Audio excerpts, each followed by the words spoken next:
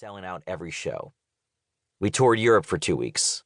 I moved to Los Angeles and arranged a residency for the group at a local nightclub, which continued to run even while we toured.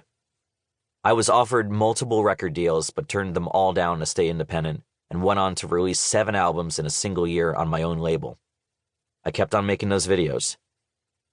I brought on more performers and established a small touring company, which saw us playing gigs in venues twice as big across the United States, Europe, Australia, New Zealand, and Southeast Asia. Those venue sizes doubled again the next year. Along the way, we helped launch the careers of many talented performers, earning us the reputation of being Saturday Night Live for singers. By 2016, our roster of performers had blossomed into a full-fledged artistic community. We sent multiple casts on the road simultaneously, an unprecedented feat for a concert act. I bought a very large house in Los Angeles to serve as the headquarters of the project, where, yes, I continued making those videos. Later that year, I found myself near Times Square, watching a long-time dream come true. There, on the marquee of Radio City Music Hall, just a couple of miles from the basement in which the project was originally hatched, were my name and that of the group I'd created. It was, to put it simply, surreal. I visited my old landlady and invited her to the show. She declined, but asked if I could play the piano for her Christmas party. This is the story of just how my life changed and how an improbably crazy idea grew to become a grassroots, global phenomenon. This is the story of Postmodern Jukebox. My first gig, or how I got fired from Walmart.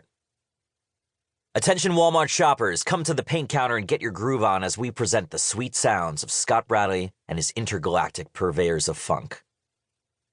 Long before the sold-out tour dates around the world, before the hundreds of millions of YouTube views, and before all my wildest dreams actually came true, this was how I announced my first public appearance as a bandleader, over the loudspeaker at the Walmart at which I worked. It wasn't exactly well received either. Instead, it got me fired. The Walmart in Clinton, New Jersey was a logical place of employment for me in high school, mainly because it was the only place that was interested in hiring a very unskilled 17-year-old kid.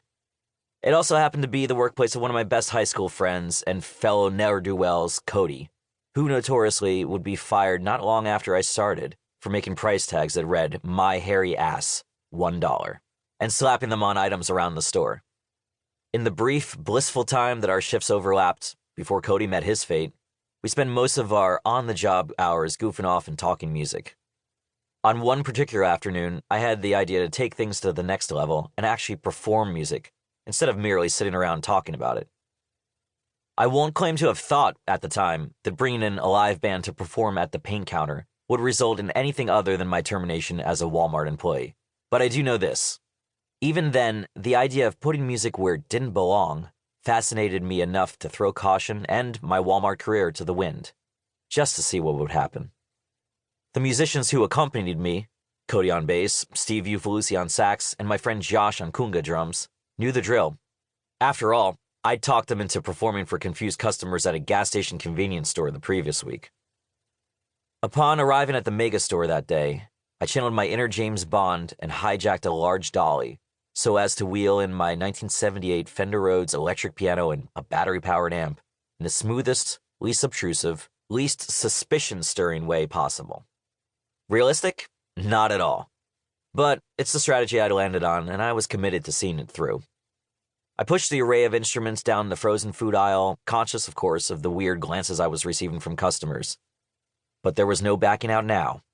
This was my musical debut for the entire world, and the #1 rule in showbiz is that the show must go on.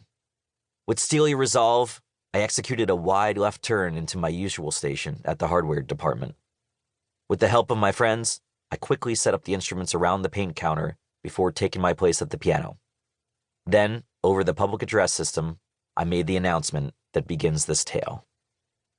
The set began with a favorite of mine, Sly and the Family Stones' If You Want Me to Stay.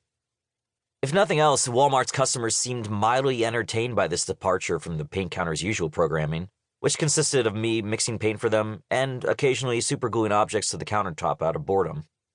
A few even nodded their heads to the beat. It wasn't enough people to qualify as a crowd exactly, but it was enough for me.